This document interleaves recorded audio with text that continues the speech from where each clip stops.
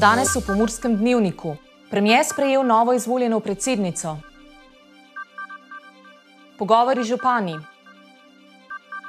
Vreme, jutri bo oblačno.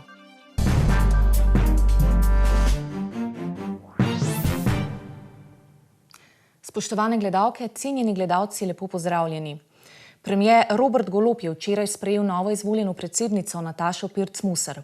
V pogovoru sta izmenjala stališča, oba pa sta poudarila, da si želita dobrega sodelovanja in usklajenega delovanja pri vseh morebitnih izzivih. Z novo izvoljeno predsednico sva se zadržala na daljšem razgovoru. Imela sva izmenjavo pogledov in stališč na marsikaj, od mednarodne politike, kjer je bil sedanji predsednik izjemno aktiven, tudi uspešno promoviral interese Republike Slovenije in prepoznavnost Republike Slovenije v tujini.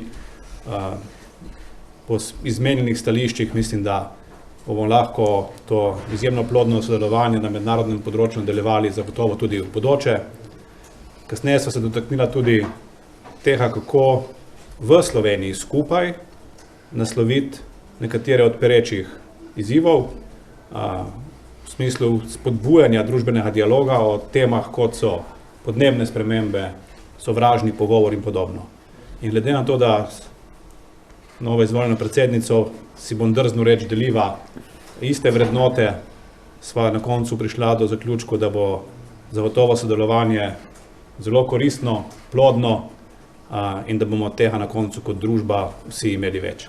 Res je, bom kar potrdila, deliva iste vrednote na marsikaterem področju. Veliko sva se seveda pogovarjala o zunanji politiki, oba se strinjava z enim dejstvom, da morava pri tem biti usklajena skupaj z državnim zborom, da je to dobro za Slovenijo, ni dobro, če bi bili neusklajeni in v tujini nastopali vsak s svojimi stališči. Absolutno sem se strinjala s tem, da bom kot predsednica republike pomagala tudi pri notranje političnih temah z nekimi vrstami posvetov. Saj sem že v predsedniški kampanji veliko seveda o tem govorila.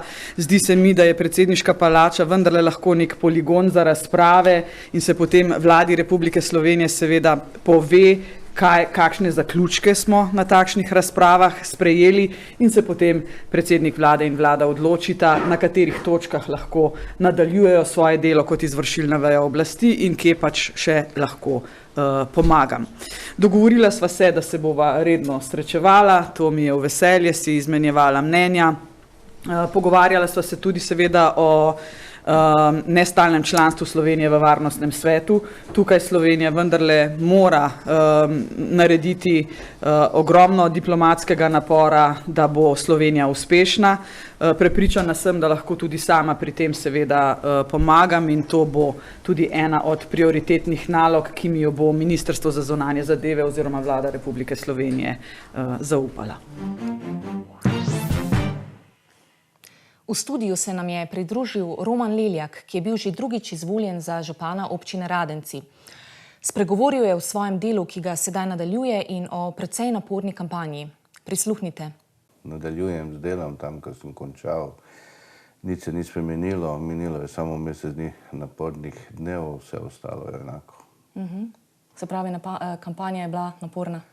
Kampanja je bila zelo naporna v Radencih, veliko je bilo nepotrebnih besed, veliko je bilo pritiskov, v končni fazi tudi to govori o tem, da je bilo tretja občina po volivcev preko skoraj 71% prišlo, to pomeni, da so res prišli mnogi, ki kdaj ne grejo, ampak gledajte, v teh volitvah mislim, da je zmagalo delo na eni strani in obljube na drugi strani. Ljudje so v Radencih opazili spremembe, videli so, da smo nekaj naredili in zato je moja ekipa s mano na čelu tudi nagrajena. Jaz sem vesel, da bomo nadaljevali s temi projekti, da bomo v Radenci namenili in 4 leta še tega dela me čaka. Sem pa se v teh volitvah odločil, da bom tudi tretjič šel v to zadevo. Gostili smo Boruta Horvata, ki je osvojil drugi mandat za župana občine Turnišče. Spregovoril je o delu, o tem, s čim je prepričal volivce in še čim. Prisluhnimo izseku iz pogovora. Čestitke ob ponovni izvolitvi. Povejte, kakšni so vtisi? Ja, hvala za čestitke. Moram reči, da je malo drugače, kot je bilo pred 4 leti. Se pravi, pričenjam se dejansko drugi mandat. Nekako smo sedaj že vedeli, kaj nas pričakuje, kaj lahko pričakujemo tudi po teh volitvah oziroma v času teh volitev. Tako da je malo občutek bil malo bolj boljši, malo bolj mirnejši kot prejšnje volitve. Ni toliko to važno, koliko je, važno, da je več kot polovica teh volivcev prepričalo to, kar smo delali v preteklih 4 letih, kar smo skupaj dosegli. Moram reči, da smo skupaj to dosegli z občinskim svetom in pa z sodelavci občinske uprave, za kar se jim tudi zahvaljujem. In tudi v bodoče upam, da bomo tako naprej še sodelovali, da bo tudi v novi sestavi občinski svet tudi sodeloval pri samih projektih oziroma izvedbi načrtov za prihodnost. Kaj pa sama kampanja? Mislim, da je bila zelo poštena, zelo fair kampanja. Prav tako sva se moja protikandidatka vodila zelo pozitivno kampanjo, kar me zelo veseli. Tudi sam moram reči, da sem pristaš tega, da se ne napadamo v obdobju kampanje, ampak da poskušamo najti tisto, kar nas dejansko bogati, kar nas pokaže v dobri luči, se pravi tiste projekte, da se dejansko pogovarjamo o stvarih, ki jih bomo delali v naslednjih 4 letih. Pridružil se nam je Franc Horvat, ki je že veliko let vpet v politično dogajanje. Tokrat pa je pričel že s svojim 4. mandatom kot župan občine Tišina. Prisluhnimo izseku pogovora, v katerem je spregovoril o vtisih, odzivih in svojem delu. Odzivi so bili fantastični, zdaj pravim, bilo je veselo, predvsem prišli so tudi prijatelji, vinski bratci, ljudski godci iz Gederovec, tako da je bilo res tisto pristno veselje z tistimi, s katerimi mnogokrat deliš tudi tiste trenutke, ki niso na televiziji, ko grem z njimi na kako gostovanja. In predvsem je ta odziv nekaterih predsednikov oziroma večine predsednikov društev, da je bilo delo v preteklem mandatu odlično in da si želijo tudi naprej sodelovanja, predvsem z društvi, ker to je tisto življenje občine. Zakaj pa menite, da ste bili ponovno izvoljeni? Kaj je tisto, kar je vaša prednost pred drugimi? Prednost je predvsem ta, da imam izkušnje, zdaj pravim kot župan 3 mandate, potem tudi sem bil že svetnik 3 mandate in nekatere zgodbe oziroma tako bom rekel nadaljevanje celotnega procesa je tisto, da se potem skozi delo zadaš cilje in vidiš, da je potrebno ta cilj speljati. Ljudje pa tudi vidijo, da tisto, kar je bilo v preteklosti obljubljeno in tudi izvedeno. Nazadnje smo zdaj v tem mandatu obnavljamo 2 državne ceste, kjer pa je potrebno povedati, občina Tišina tudi sofinancirala vrednost 1,7 milijona evrov. V studiu TV Ideja smo gostili tudi Darka Horvata, še enega izmed županov, ki so že drugič sedli na županski stolček. V občini Kobilje so mu namenili izdatno podporo, drugače pa je občino prevzel lansko leto po smrti takratnega župana. Je pričakoval takšen rezultat? Prisluhnimo. Sem pričakoval, ker že ob kandidaturi so mi ljudje izkazovali podporo, me dobesedno ustavljali na cesti in mi, bom rekel, že takrat dali vtis, da mi zaupajo in verjamejo in nadaljujemo začeto delo izpred enega leta, bom rekel. No, super. Kaj pa menite, zakaj je temu tako? Zakaj vam zaupajo? Kaj je tako posebnega pri vas, pri vašem delu? Pri nas je nažalost prišlo do menjave županov pred enem letu, ko je po tragičnem dogodku umrl moj predhodnik in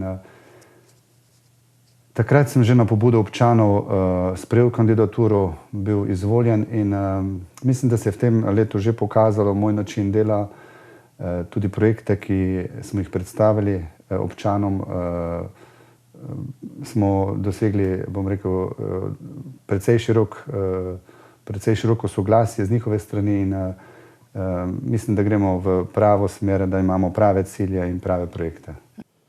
V studiu se je danes oglasil tudi Iztok Fartek, župan občine Šalovci, ki je nastopil že svoj 4. mandat.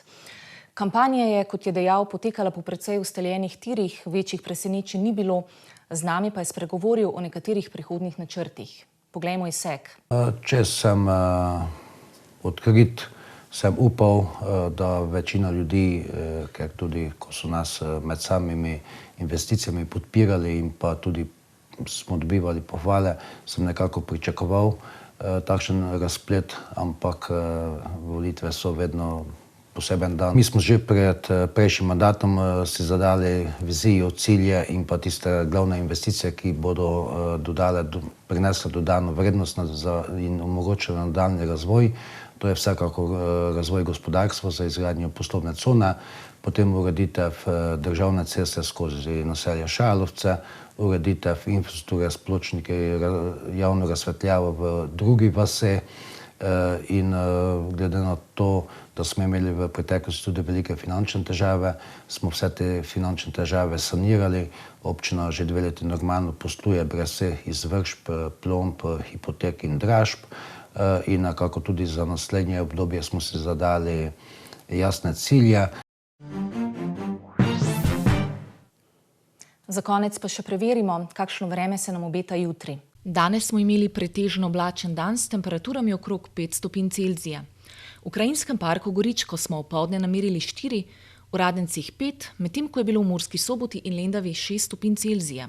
Padavine bodo ponoči oslabele in na zahodu do jutra že ponehale. Ponehala bo tudi burja na Primorskem, predvsem v vzhodni Sloveniji pa bo še pihal severni veter. Najnižje jutranje temperature bodo od -2 do 3, na Goriškem in ob morju od 5 do 8 stopinj Celzija. Jutri dopoldne bodo tudi na vzhodu padavine ponehale. Od zahoda se bo zjasnilo.